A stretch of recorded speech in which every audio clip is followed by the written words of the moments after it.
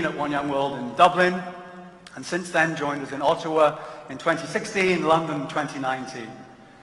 She's an incredibly powerful voice for gender equality. In fact, that was what she spoke about in Dublin in 2014. And she continues to speak out and advocate for women's issues and social justice. Her new podcast, Archetypes, just topped the Spotify charts around the world,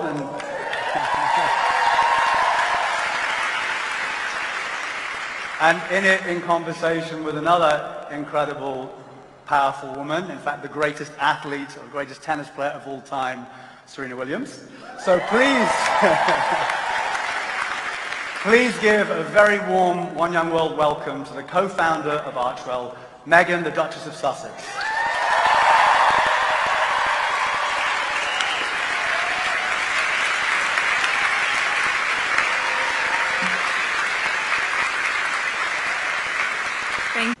Well, good evening, everyone. It is very nice to be back in the UK. And it is very nice to be back with all of you at One Young World. As you'll likely hear many times this week, look, as we just heard, you'll hear all sorts of things. Some very heavy, some very uplifting, but the resounding spirit I believe you will hear is that you are the future. But I would like to add to that you are also the present. You are the ones driving the positive and necessary change needed across the globe now in this very moment. And for that, I'm so grateful to be in your company today. It was several years ago in 2014 that I was first invited to be a counselor at One Young World. And in many ways at the time, I was probably a lot like each of you, young, ambitious, advocating for the things I deeply and profoundly believed in. And also looking around and wondering, how on earth did I get here? Have any of you today so far had that feeling, that pinch me moment where you just go, how am I here? Oh, it's a lot. And at that dinner, there were about 20 to 30 of us for the counselors. And there I was the girl from Suits. And I was surrounded by world leaders, humanitarians, prime ministers, and activists that I had such a deep and long-standing respect and admiration for. And I was invited to pull up a seat at the table. I was so overwhelmed by this experience. I think I even saved my little paper place card that said my name on it. Just proof that I was there, and proof that I belonged. Because the truth was, I wasn't sure that I belonged. I was so nervous.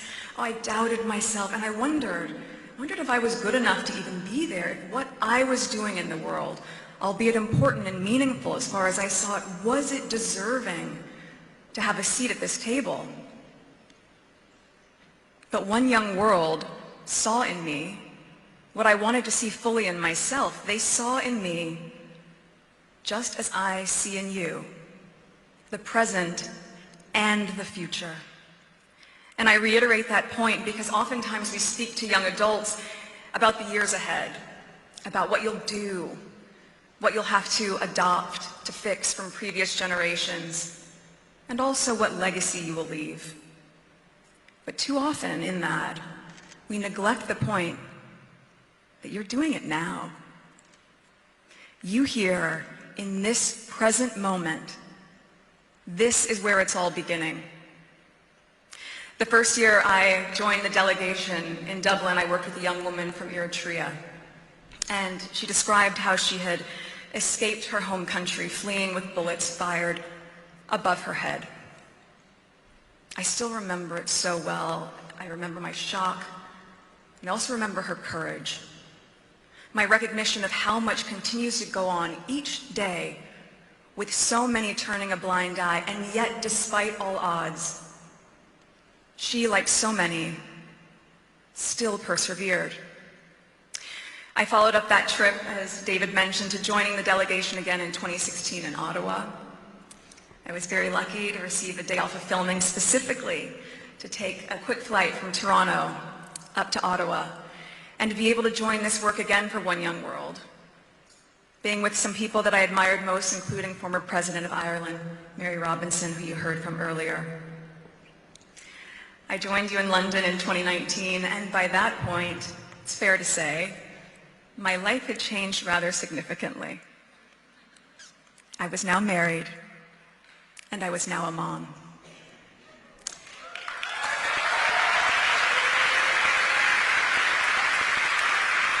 My worldview had expanded exponentially, seeing the global community through the eyes of my child. And I would ask, what is this world he would come to adopt? And what can we do? What can I do to make it better? I am thrilled that my husband is able to join me here this time.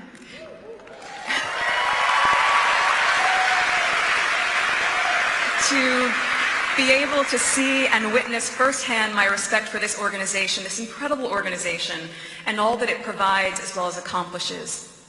One Young World has been an integral part of my life for so many years before I met him.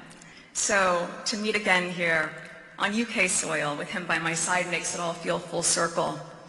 And just as a sidebar, earlier this afternoon we sat down with a few of you delegates, and it was incredibly inspiring, the resounding themes that came up about representation, about inclusion, about access, and about trying to shift the global perspective for all of us as a global community to one of curiosity over criticism. My husband has long advocated for important and necessary impact in the world, focusing a huge part of his life's work on the youth. So for both of us, bearing witness to the power that you hold in your hands and the unbridled enthusiasm and energy that you have to see things come to fruition, it is just an absolute privilege. I'm incredibly humbled to not just stand before each of you, but to stand beside you. We often hear people say the time is now, but I'm going to double down on that by saying your time is now. The important work can't wait for tomorrow. And this week the world is watching as you cement your place in history by showcasing the good that you are doing today, in the present moment, as we embrace the moment of now to create a better tomorrow. And with that, it is my absolute honor and pleasure to declare this year's One Young World Summit officially open.